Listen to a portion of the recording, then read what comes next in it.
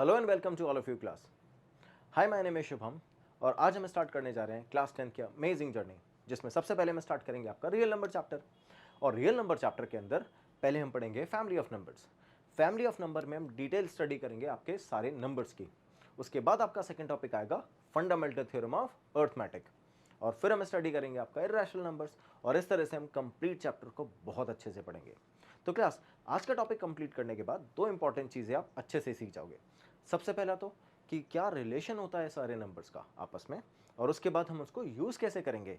जब आप नंबर समझ जाओगे तो उनका यूज़ भी बहुत अच्छे से समझ जाओगे। ठीक है, तो सबसे पहले बात करते हैं आपके नंबर ट्री पे।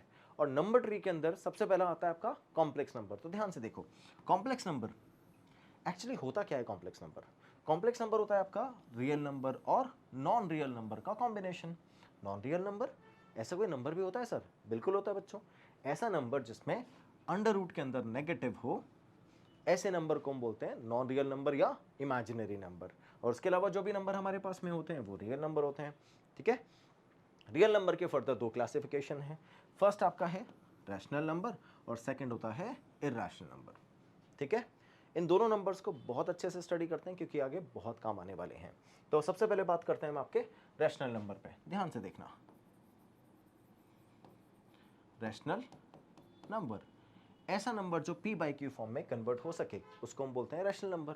सिमिलरली इर्रेशनल नंबर क्या हुआ फिर?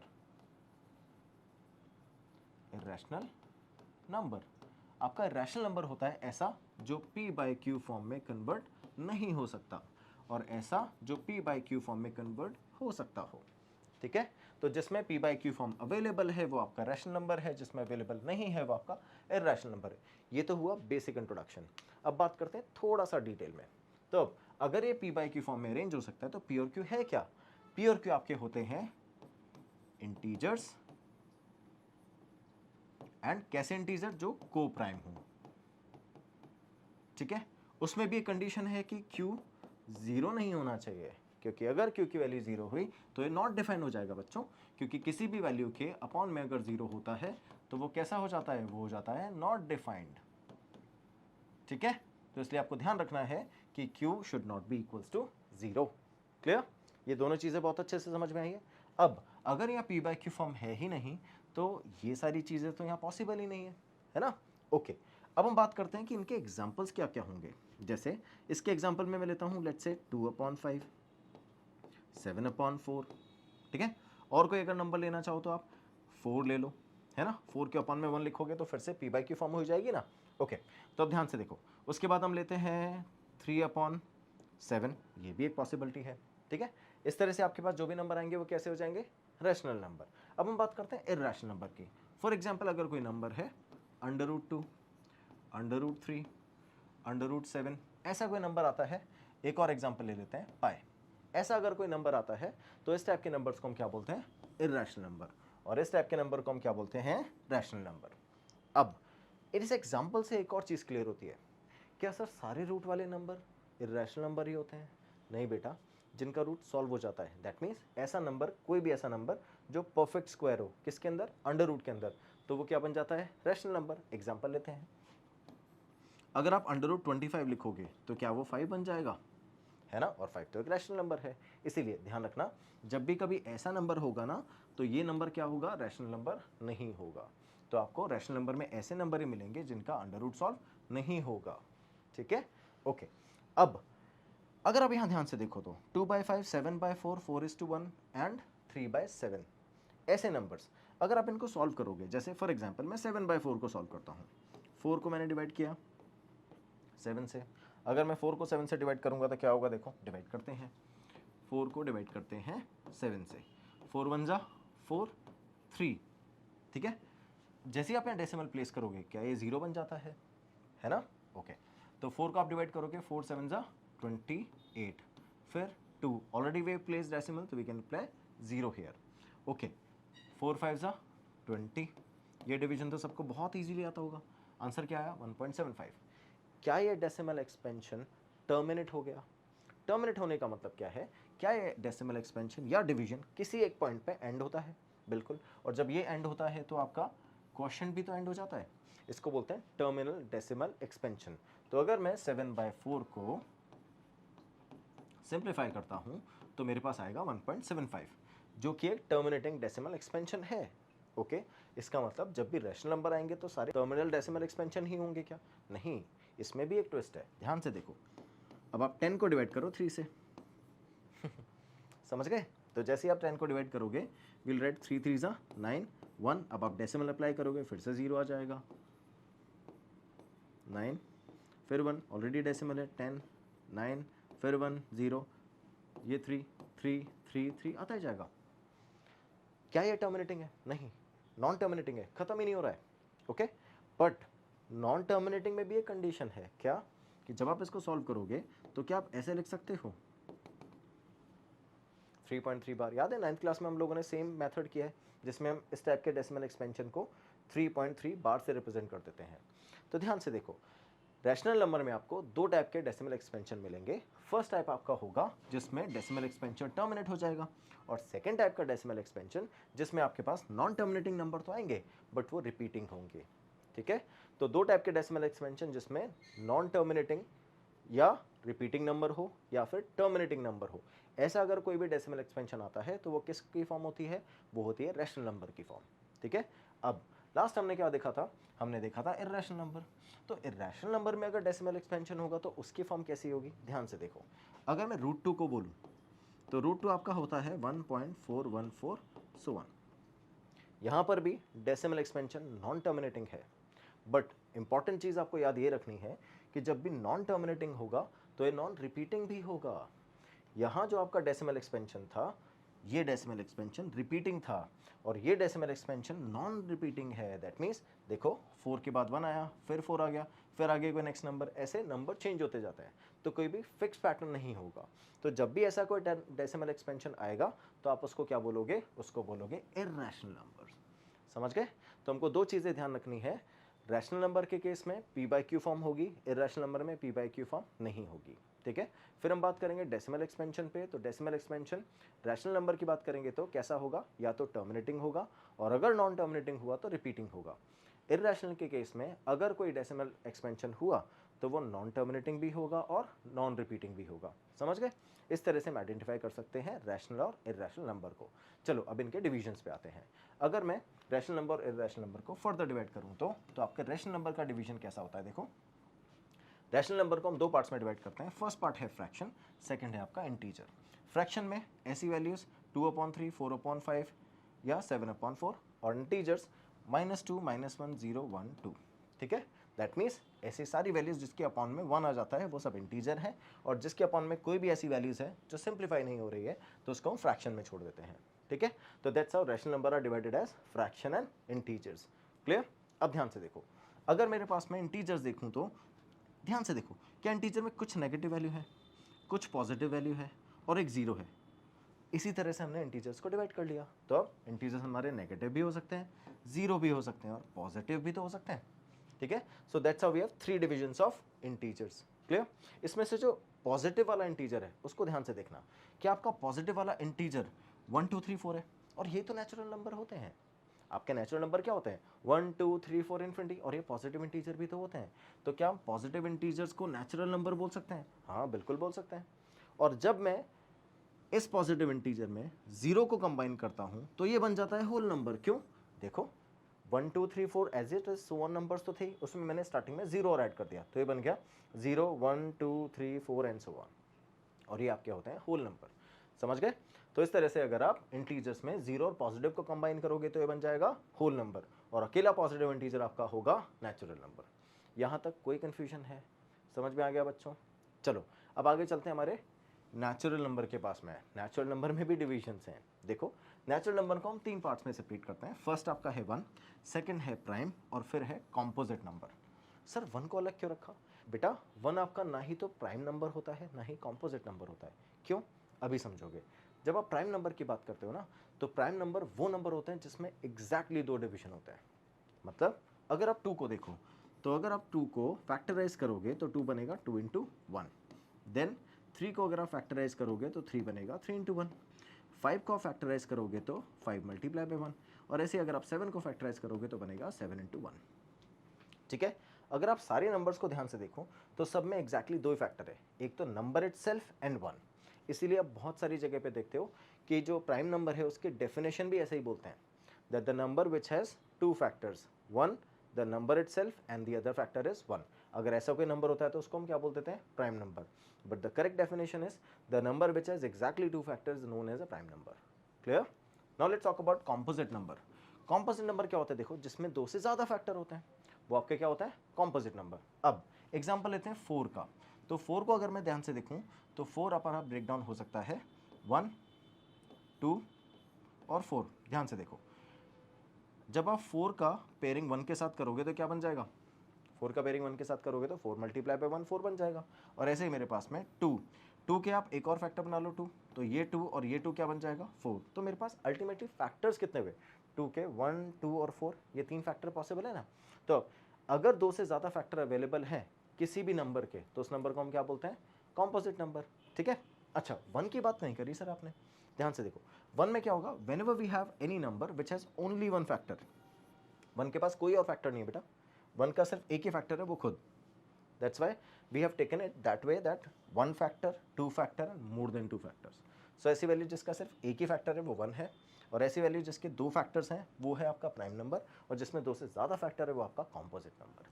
ठीक है, प्रॉपर डिवीजन समझ में आया है, बहुत सिंपल सा डिवीजन है।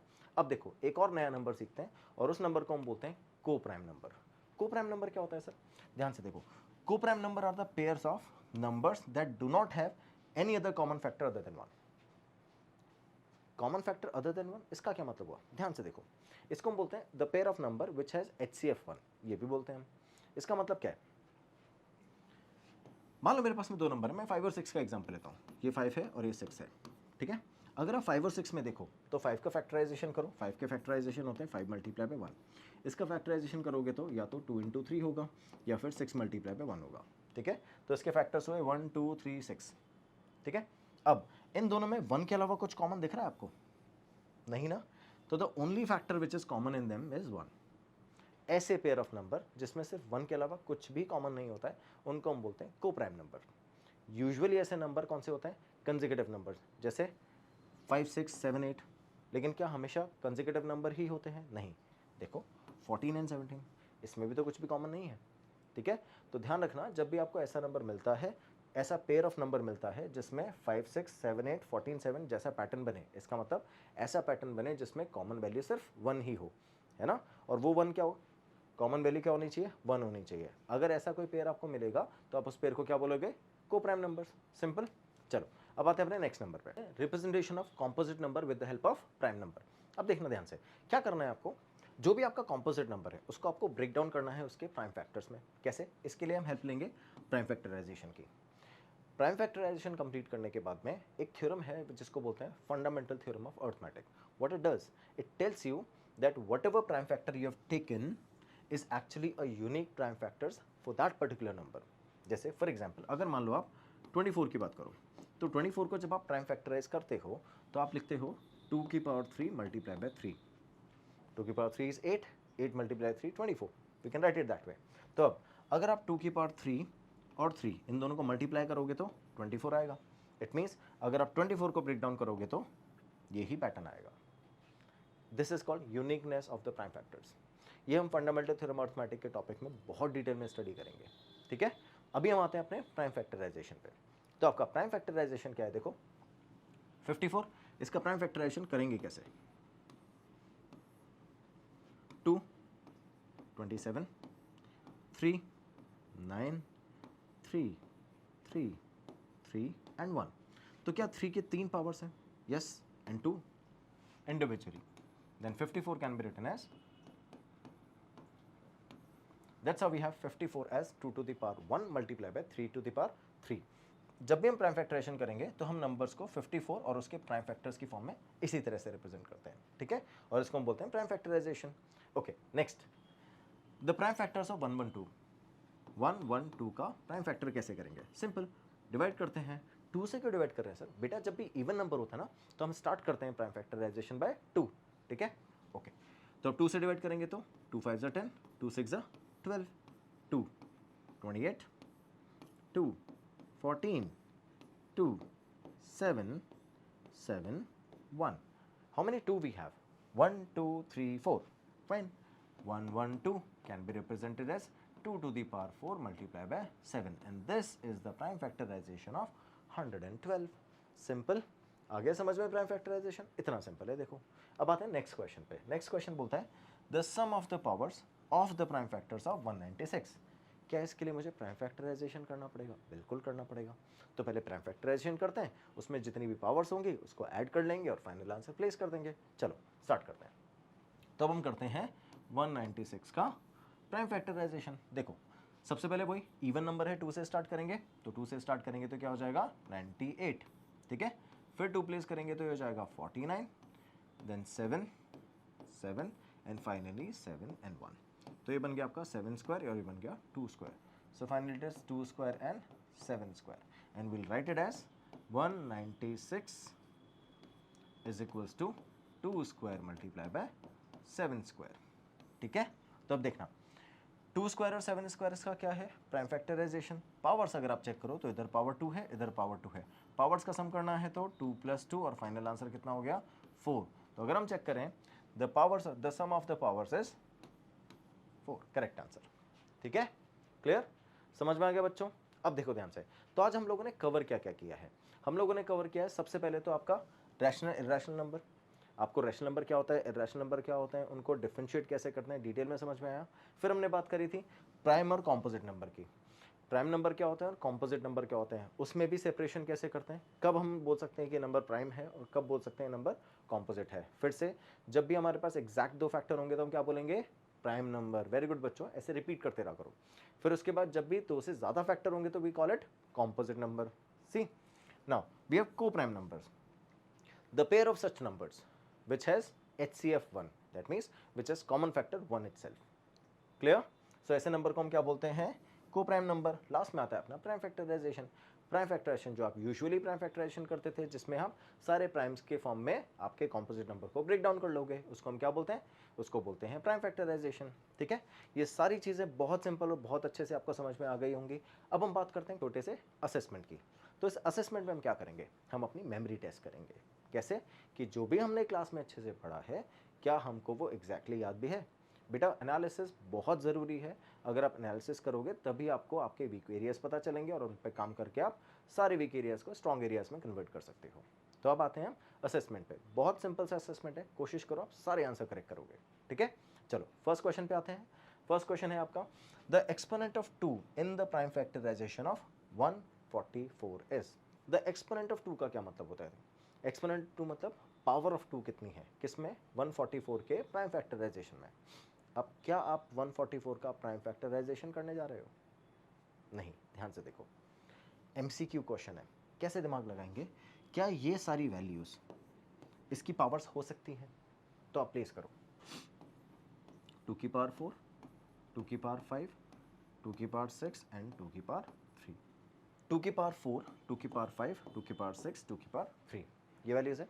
अब ध्यान से देखना, 2 की पावर 4 क्या होता है, 16, 2 की पावर 5, 32, 2 की पावर 6, 64 एंड 2 की पावर 3, 8।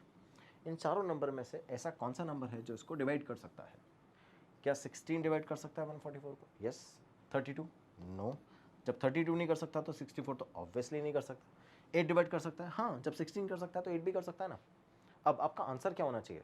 आपका आंसर 4 होना चाहिए, 3 होना चाहिए? आपका आंसर होना चाहिए 4। बताता हूँ क्यों। जब आप प्राइम फैक्टराइज करते हो और यहाँ पर आपको 2 की पावर 4 मिल रही है, जैसे 2, 2, 2 और 2, और फिर कोई भी नंबर है, फॉर एग्जांपल 5 है, तो अब जब आप आपसे पूछता है कि 2 की कितनी पावर्स है तो आप क्या बोलोगे? आप 4 बोलोगे, 3 बोलोगे? 4 बोलेंगे ना। क्यों? क्योंकि हम चेक करते हैं मैक्सिमम पावर कितनी है, तो जो इन दोनों में बड़ा नंबर होगा उसी की तो पावर मैक्सिमम होगी।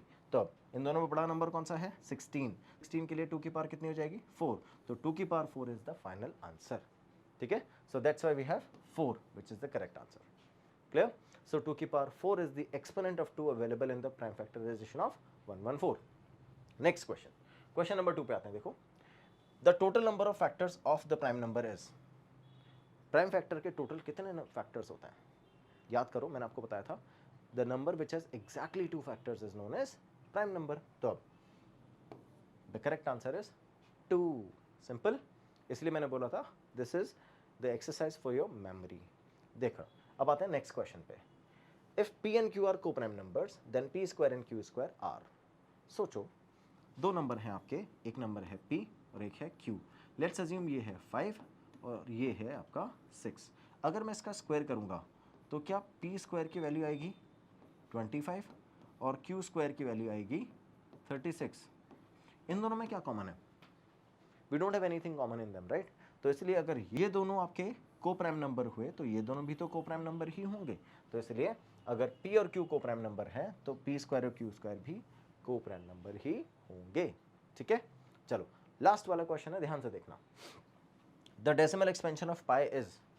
सबसे पहले तो पाई होता क्या है, किस टाइप का नंबर है ये? याद करो एग्जांपल दिया था मैंने किसका? इर्रेशनल नंबर का. Very good. तो इर्रेशनल नंबर में जो हमने एग्जांपल लिया था, हमने डिस्कस किया था कि पाई भी एक इर्रेशनल नंबर होता है. तो अगर पाई एक इर्रेशनल नंबर होता है तो पाई का डेसिमल एक्सपेंशन कैसा होगा?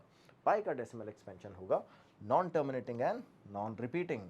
ठीक है, टर्मिनेटिंग नहीं हो सकता, नॉन टर्मिनेटिंग रिपीटिंग भी नहीं हो सकता. ये दोनों आपके रैशनल नंबर के होते हैं. और डज नॉट एग्जिस्ट, बिल्कुल हमारे पास ऑप्शन है, तो एग्जिस्ट क्यों नहीं है? बिल्कुल एग्जिस्ट है. ठीक है, any confusion class? We are good to go. Fine. इसी तरह से मन लगा के पढ़ते रहो, आपके 100 आउट ऑफ 100 आने से कोई नहीं रोक पाएगा. ठीक है, thank you so much for watching. Have a good day ahead. Bye bye.